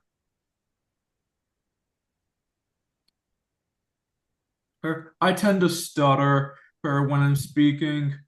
Hing, hing, hing, hing, hing, hing, hing, hing, hing. Well, I'll tell you something else to look for, Lou. So, like a gold ring like that, you can turn, when you talk about props, that is a very small prop that you can have on your hand. I carry, Yeah. I've got two rings that I normally wear, one on each hand. My wife got them for like $5. It's imitation jewelry type stuff, but it looks so good. And one has a red gemstone in it, and one has a green gemstone. And a lot of the children, and especially the young girls, they see these gaudy jewels that I have, and so I tell them, I said, oh yes, this is an emerald and this is a ruby, and the elves have a secret gem mine in Sri Lanka, and I don't let any humans know about it. Do you know why? Because they'll post it on Facebook, and then next thing I know, there people be over there getting all the jewels and stuff, and I won't have any for my bling, my Christmas bling, and so I have those rings on, and I'll show them to the children, and sometimes that will, if a child is scared, they'll see that ring and they forget about me. They come over to see the ring, and the next thing, and I'm interacting with them, and something as small as that ring is also a prop that I have to add into my mix that I can use to diffuse a situation. And I have a story about my secret gem mine in Sri Lanka, and I draw them in with my story. Yeah, I get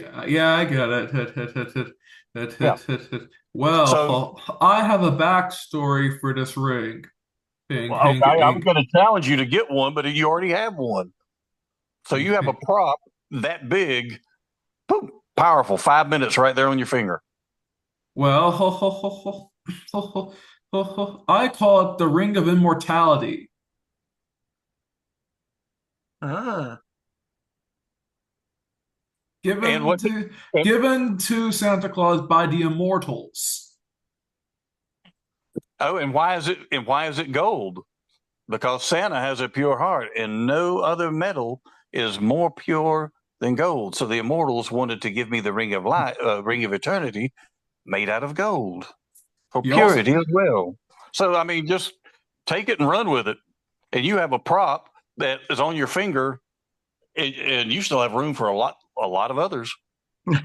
because the immortals caught wind of what Santa has been doing for people. Well, And you know, decide. I've never met the immortals, but I'm dying to meet them. Ah! Ah! Are you familiar with the life and adventures of Santa Claus by L. Frank Baum? Anyone?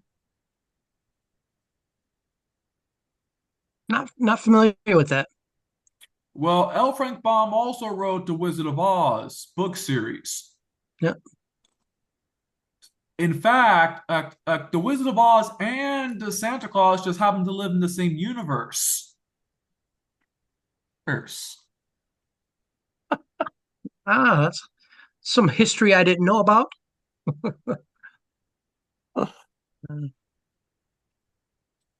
There's even a map to prove it.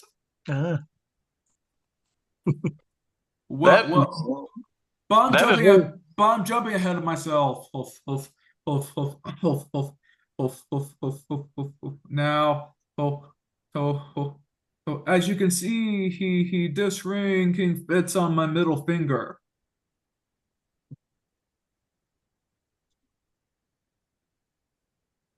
As you can see.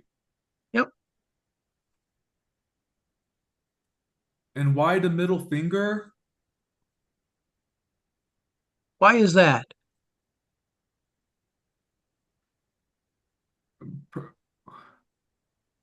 Well, so probably he to represent balance. Ah, there you go. Very good. And any other props that anyone uses on a regular basis? I know one that I've got. Um, it's if you touch each end of it, it conducts electricity and it lights up and makes noise. And that is always my Christmas spirit tester to see if someone has Christmas spirit. And I tell a story with that. I give it to the kids and it lights up, and I like to tell them a quick story that the very first one of these, the elves, they came up with it, and they showed it to me, and it was great. And I thought, I'm just going to hand it to, um, oh, the yes, right there, that right there.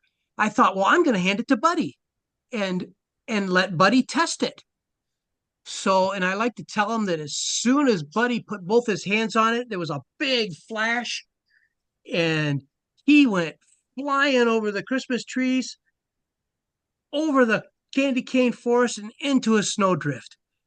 Do not let Buddy test your Christmas spirit tester because that prototype had to be remade. So Reprogrammed.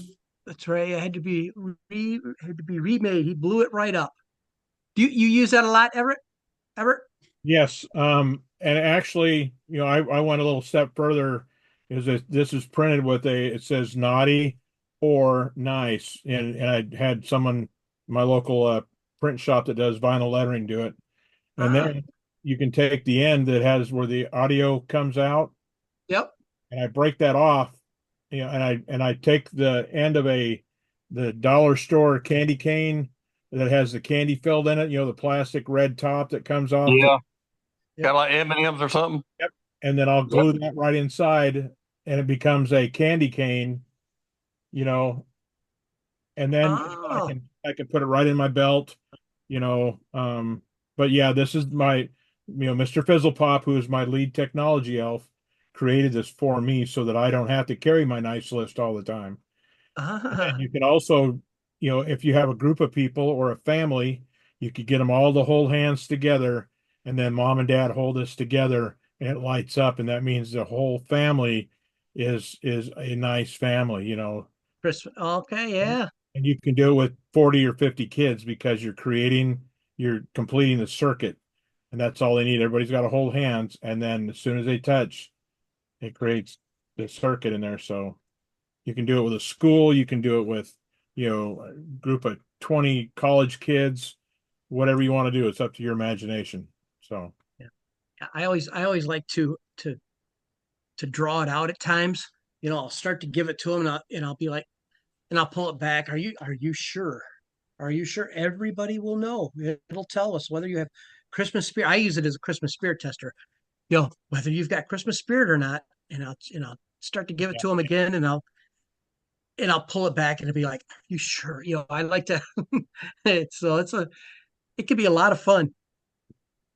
and I'll If you bring got, yeah, I I'll was bring going to say, if you got any intel on the family, like in a in-home situation with 3 or 4 children, and you get in the circle, make sure you don't touch the end and it doesn't light up. It's like, and if there's one child that hasn't been doing their homework or something, it's like, if there's something going on here, it's not lighting up, and it's like, listen to it. It's like, is everybody doing their homework? It's telling me somebody's not doing their homework the way they should. And you can do your little lesson, and it's like, but you do have a good heart. Let's try this again. And so that's another way to extend the magic and and if you know ahead of time that one of the child is having an issue, you can like, how did he know that? or you hand it to them with no instructions. Just say you want to try it out and let them hold it, because they'll hold it on the ends and they won't make contact. Like, uh-oh, we need to have a talk here, or if it Yeah. goes off, goes, okay, what does that mean? Does that mean you're naughty or nice? And, they get them thinking, and then like, that means you're on the nice list, so that you can have so many ways you can go with that, Yeah. Louis, you had a question? See this book? Oh yeah. Though you can't see it, the pages are blank. Pink, pink, pink. Though you can't see it,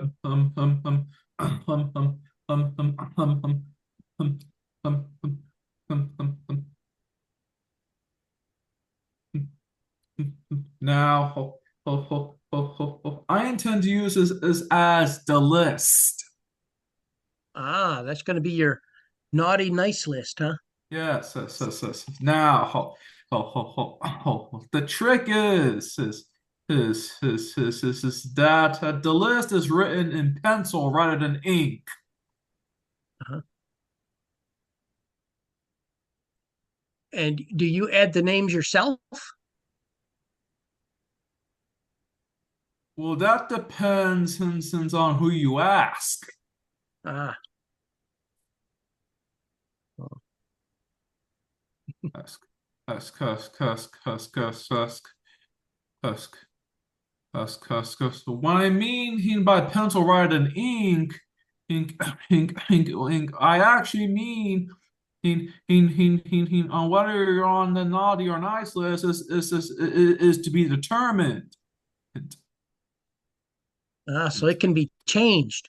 Yes. So you've always got to work on being on the nice list. Yes. Did you use that last year, Lewis? Not really, because I got it this year. Okay, so you're going to use it this upcoming season. Yes. I do something. You may not. I do a leather crafting and stuff, and so I make little miniature naughty or nice books. I also make big ones and stuff, and then I also have a laser engraver, and I bought one off of Amazon, and I laser engraved the nice list, and then on the back of it, if found, please return to the North Pole Hall of Records. And so I tell the children that the actual nice list, it takes up 12 rooms at the North Pole Hall of Records. I can't carry that around. I've been keeping that list for many years. I have this appendix of one, and I said we'll fill this out, and then the elves will transpose this when I return back to the North Pole. And so what I do is I made a poem, and I put it on. I ordered antique paper from Amazon, and I printed it out. And I have a feather from where I shot a turkey, and I took and put a pin inside a gel pen insert, and then I wrapped it in this red lace type stuff that made it kind of ornate. And what I tell them is that this magical pen can read your heart, and what I need you to do is hold it with both hands so that it makes a circuit and the energy goes through your heart. And then I read the poem, and it's basically that if they are nice, the pen is going to write, and if they're not, the pen won't write. And then I go through and I read my poem, and then I'll take the pen back from them, and I'll start writing it. And the reason I do the writing is every now and then, and if I have to have a conversation with a child, and this is from talking to the parent ahead of time, and so I know who I need to talk to, and it won't write, and it's like maybe they didn't turn in their homework assignment on Friday or something, and so if it doesn't write, I go through the thing, listen to the thing. It's like, the pen is telling me that you didn't turn in your homework on Friday. Is that right? And their eyes will light up, and it's like, oh, he's got me. And it's like, but you do your homework most of the time, and you're going to have to do your homework to be successful, right? Oh yeah, and then and you most of the time you turn your homework in. You're going to start turning it in all the time. You're not going to miss it anymore, are you? Oh no, I'll turn it on all the time. I said, well, let's do this again. Here, hold the pen. And this next time it writes, and the relief over their face. But I never leave them. Nobody ever not makes the list. Right. If you play around with them like that, come back and always let them end on being on the nice list. Yeah, and you can have so much enjoyment with that. I have so much fun, you can't believe it. Now, my Santa Claus has a more human side to him. Him.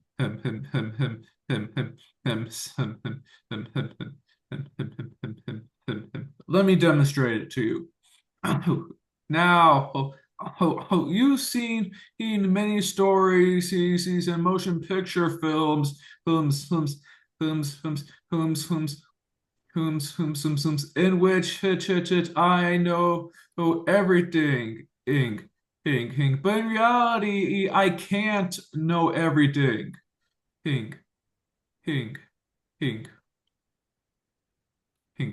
You know what I'm saying, right? Very good. Very good. Well, I think we have just run out of time, guys. So hopefully we will see each other again. Very good. Thank you, everyone. Bye-bye. Good night, everyone. Good night. Guten Abend. See you in Gatlinburg. All right. Sounds good. Oh, yeah. Be That's safe. right around the corner. That's right. That's right. Everybody be safe. Bonsoir.